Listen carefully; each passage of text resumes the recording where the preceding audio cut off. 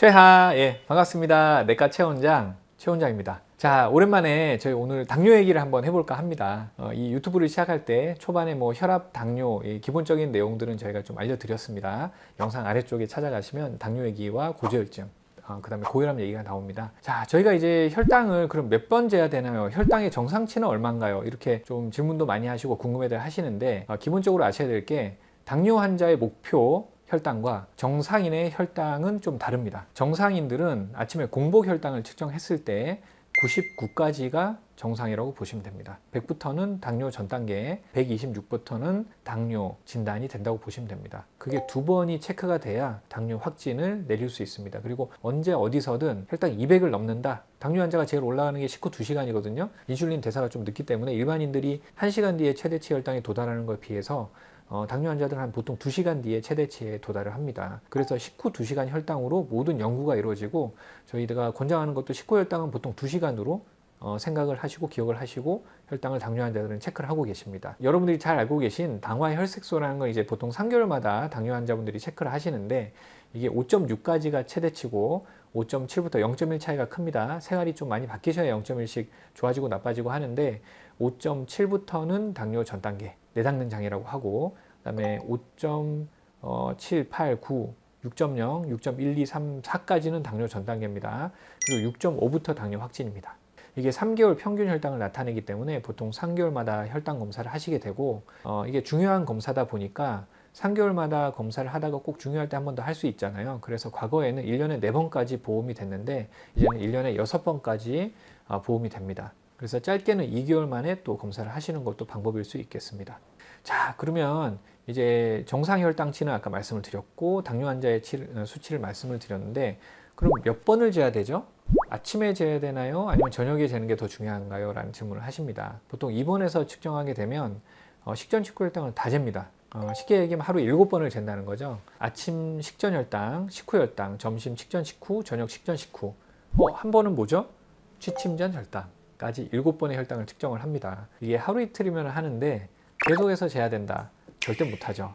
혈당 검사하는 것 때문에 스트레스 받아서 아마 혈당이 더 올라가실 거예요. 자, 그래서 보통 경구용 투약제로 알약으로 쉽게 얘기하면 이제 당뇨 조절을 하시는 분들은 한 제가 볼 때는 하루에 2번 정도 측정하시면 됩니다. 이제 아침 공복 혈당과 이게 기준점이 되는 겁니다. 하루의 시작이 어디서부터 시작되는가? 저녁 식후 혈당, 식후 2시간에 제일 많이 피크를 이룬다고 하니까 저녁 식후 혈당 이 두 가지는 꼭 중요합니다. 물론 점심 식후 2시간, 아침 식후 2시간 측정하셔도 됩니다. 근데 가만히 생각해 보시면 하루 중 언제 식사를 제일 많이 하고 언제 혈당이 제일 많이 오를까를 생각해 보시면 아마 저녁 식후 2시간이 납득이 가실 겁니다. 그래서 하루 중 가장 높은 혈당을 알아야 어떻게 따라잡을지를 또 고민하시게 되고 실제로 당뇨가 혈당이 뭐 230, 250 된다고 해서 느낌이 전혀 없거든요. 소리 없는 살인마라고 하는 게 혈압, 혈당, 고지혈증이잖아요. 수치가 높아도 내가 느끼는 바가 없기 때문에 그 위험성을 감지를 잘 못하시죠. 자, 아침 공복 혈당의 목표는 아까 말씀드렸다시피 126부터 당뇨기 때문에 120 이하면은 아주 좋은 혈당이라고 할 수 있겠습니다. 그래서 목표는 보통 뭐 8, 90 정도부터 130까지를 우리가 당뇨 환자의 목표치라고 봅니다. 밑에 거는 왜 설정을 해놨을까? 당뇨 환자는 천 정도 없이 높이 올라갈 수 있지만 바닥도 없이 끝없이 떨어질 수도 있습니다. 그래서 혈당 측정하는 이유 중에 하나는 고혈당을 막기 위해서 하는 것도 크지만 사실은 저혈당을 예방하고 내가 지금 저혈당이 왔는지를 체크하는 역할도 굉장히 큽니다. 그리고 혈당이 굉장히 떨어졌을 시기가 공복 시기고 특히 아침은 야간에 이제 식사를 좀 일찍 하셨다면 언제든지 저혈당이 올 수 있는 시간대이기 때문에 그때 혈당을 꾸준히 체크하시는 게 좋겠습니다. 일반인처럼 나는 2자릿수 하고 싶어 해서 너무 무리하게 운동하시고 식사량을 줄여버리시면 저혈당 쇼크라는 게 올 수 있기 때문에 특히 운동할 때도 조심하셔야 됩니다. 그래서 과격한 운동을 하시기 전에는 꼭 혈당을 체크하시고 운동하는 걸 추천을 드립니다. 자, 그리고 이제 저녁 식후 혈당의 목표는 얼마냐? 일반인들은 보통 140을 넘지 않습니다. 당뇨 환자의 목표는 180 정도로 보시면 되겠습니다. 자, 그러면은 이제 180 이상이 되면 어떻게 할 것이냐? 6시에 식사하시고 8시에 측정하셨는데 230이 나왔습니다. 자, 첫 번째 먹은 거 토해내신다. 자, 두 번째 산책 한 바퀴 하신다. 운동하신다. 어떤 걸 선택하시겠습니까? 자, 이제 2번을 선택을 하시겠죠. 먹은 건 이제 어쩔 수가 없습니다. 그래서 이제 빼내야죠. 빼내는 이제 좋은 방법이 가벼운 산책 30분 이상의 산책과 또는 이제 가벼운 뭐 달리기 정도도 괜찮을 것 같아요. 그리고 여기서 더 중요한 거는 식후 혈당을 재는 이유는 이 음식을 먹었을 때 내가 혈당이 얼마나 올라가느냐. 저희가 처음에 당뇨 진단을 받으면 종합병원 입원하시면 교환단위라는 걸 이렇게 알려주면서 굉장히 어려운 얘기를 합니다. 뭐 이렇게 교환단위가 되고 이렇게 드시면 안 되고 얘기를 하는데 이렇게 듣고 이렇게 다 흘리세요. 표정들 보시면. 그래서 직접 경험해 보시는 게 제일 좋습니다. 쌀밥을 많이 드셨어요. 혈당이 착 올라가는 거 보시죠? 이제 김밥을 많이 드셨어요. 혈당이 폭발하는 거 보실 겁니다. 아, 그럼 김밥은 내 혈당을 많이 올리는 음식이구나. 나 당뇨 환자니까 다음에 혈당을 많이 올리는 이 음식은 좀 피해야 되겠구나. 아니 먹더라도 조금 줄여서 먹어야 되겠구나. 경험이 제일 중요합니다. 그래서 식후 혈당이 저는 공복 혈당보다 조금 더 중요한 것 같습니다. 이제 본격적으로 혈당을 어떻게 측정하는지 제가 설명을 드리겠습니다. 자, 혈당 측정의 첫 번째 단계. 중요하게 생각들 안 하시는데 바로 손 씻기입니다.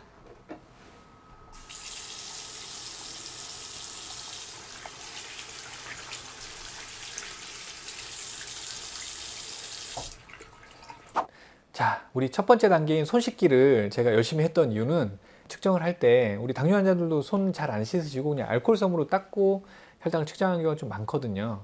근데 이제 따뜻한 물로 실제로 비누칠을 열심히 해서 손에 이물질을 다 제거해 주는 게 굉장히 중요합니다. 이게 알코올 솜으로만 닦았을 때 실제 손에 묻어 있는 여러 가지 혈당을 높일 수 있는 물질들이 다 안 닦이는 경우가 있다고 합니다. 특히나 어떤 음식을 먹고 당 성분이 있는데 뭐 잼 같은 거 있죠? 이런 거 제대로 안 닦고 닦는다 해도 좀 묻어 있거든요. 그리고 과일 껍질을 이렇게 오렌지 껍질을 깠다, 바나나 껍질을 깠다, 거기에 당 성분이 다 묻어 있죠. 알코올 솜으로만은 충분히 제거가 안 된다고 합니다. 하루에 뭐 한두 번 재는 건데 이물질 제거한 다음에 알코올 솜을 한 번 더 닦고 이렇게 진행을 하는 게 좋을 것 같습니다. 그래서 이제 두 번째 단계는 먼저 이제 펜을 준비를 해야 됩니다. 이게 이제 니들이 준비가 먼저 돼야 되겠죠. 이렇게 펑처라고 하는데 이렇게 나중에 땅 하고 총처럼 싸야 됩니다. 그래서 요거는 숫자가 있죠. 여기 숫자를 보시면 숫자 1, 그 다음에 2, 3, 4 이렇게 이제 올라가는데 이게 바늘의 깊이를 나타냅니다. 이제 너무 통증이 싫어서 이제 하시는 분들은 2일 하기도 하는데 실제로 1 하면은 잘 피가 안 나거든요. 3 정도? 중간 정도 하시면 대부분은 잘 나옵니다. 그리고 이걸 뚜껑을 돌리면 안이 텅텅 비어 있죠. 그죠? 근데 여기에 바늘을 꽂아야 됩니다. 일회용 바늘이라 이런 식으로 준비가 되어 있습니다. 그래서 이렇게 밑둥을 잡으시고 이거를 이제 트위스트해서 돌려서 땁니다. 따면 안에 이제 눈에도 잘 안 보이는 바늘이 하나 있습니다. 이렇게 칸에 맞게 꽂아 넣으시면 돼요. 고정이 되면 뚜껑이 이 바늘에 닿지 않게 잘 넣어주시면 됩니다. 그리고 돌리면 이제 끝났습니다. 이 기계에 D를 딸깍 하면은 로딩이 됩니다. 나중에 여기 버튼을 누르시면 이런 식으로 소리가 탁 나면서 바늘이 탁 튕겨 나갑니다. 순간적으로 탁 펑처가 되기 때문에 그렇게 많이 아프지는 않으실 거예요. 자, 그 다음에 할 거는 자 이제 스트립을 준비를 하셔야 되는데 이렇게 해서 스트립을 통해서 꺼내서 자 기계에 꽂으면 자동으로 켜집니다. 감독님 중에 혈당 체크해보고 싶으신 분 계세요? 야, 그러면 감독님 오늘 당첨 이쪽으로 한번 나와보시죠. 인사 한번 하실까요? 반갑습니다.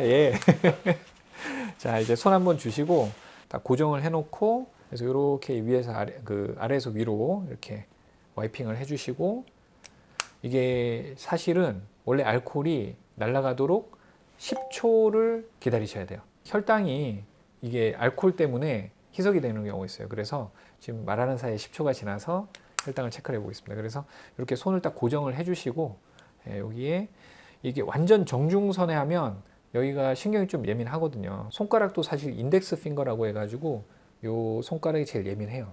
감각이. 그래서 저는 가운데나 좀 뒤에 손가락을 쓰는 편이고 그래서 옆을 땅 가볍게 이렇게 하시면은 됩니다. 이렇게 쭉 타고 올라옵니다. 자, 바로 나오죠. 혈당이 우리 감독님 혈당은 97이 나왔습니다. 공복 혈당이 지금 97이면 정상입니다. 혈당이 좋게 나왔습니다. 그리고 아까 스트립 얘기를 잠시 간단하게 넘어갔는데 개인용 혈당 측정 검사지라고 되어 있네요. 이제 전문 용어로 이제 스트립이라고 하는데 이게 저 유통기한이 있거든요. 근데 이게 판매할 때는 뭐 유통기한이 1년, 2년 그렇잖아요. 한번 개봉을 하고 이렇게 여름철에 습한 날, 비 오고 나온 날 뭐 이렇게 대충 열어놨다가 이게 습도가 올라가면 수치가 정확하지가 않아요. 뭐 몇십 개 들어있거든요. 50개 뭐 이렇게 들어있는데 요거는 한 달 안에 다 쓰시는 게 좋습니다. 그 혈당 측정에 있어서 아까 알코올 솜도 영향을 미칠 수 있고 혈당 측정하기 전에 뭐 과일 깎았던 것도 혈당에 영향을 미칠 수 있다고 했는데 사실은 그 외에도 혈당에는 여러 가지 영향을 미칠 수 있는 요소들이 있습니다. 제가 한번 실수했던 적이 있어요. 제가 벌써 20년 전 얘기인데 그 전공의 시절에 아침에 이제 과장님들이 회진하시기 전에 회진 전 회진이 있습니다. 환자분들한테 주치의로서 가서 혈당을 보고 이제 혈당이 좋아야 되죠. 회진 분위기 좋으려면. 근데 아침에 공복 혈당이 막 200이 나온 거예요. 그래서 이거 어제 분명히 뭐 드셨죠? 왜 드셨어요? 막 블레임을 했는데 환자분이 절대 안 먹었대요. 저는 환자가 거짓말한다고 생각을 한 거예요. 경력이 많은 과장님이 딱 오시더니 한마디 하시더라고. 근데 뭐 음식은 많이 드신 거 없다고 하시는데 어제 뭐 잠 못 주무셨어요? 이러는 거예요. 예, 어제 날밤 샜습니다. 잠을 못 잤어요. 옛날에 전화카드 쓸 때니까 전화카드를 잊어버리셨대. 그래갖고 스트레스 받아가지고 밤에 잠을 못 주무신 거예요.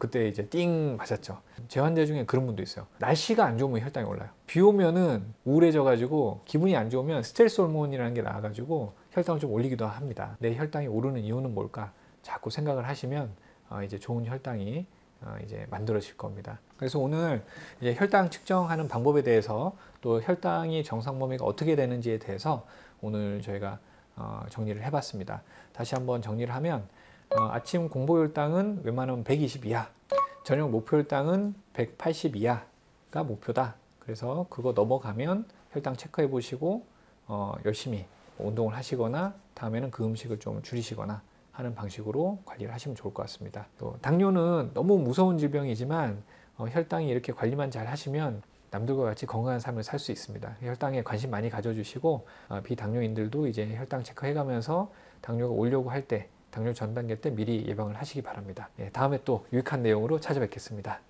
제발.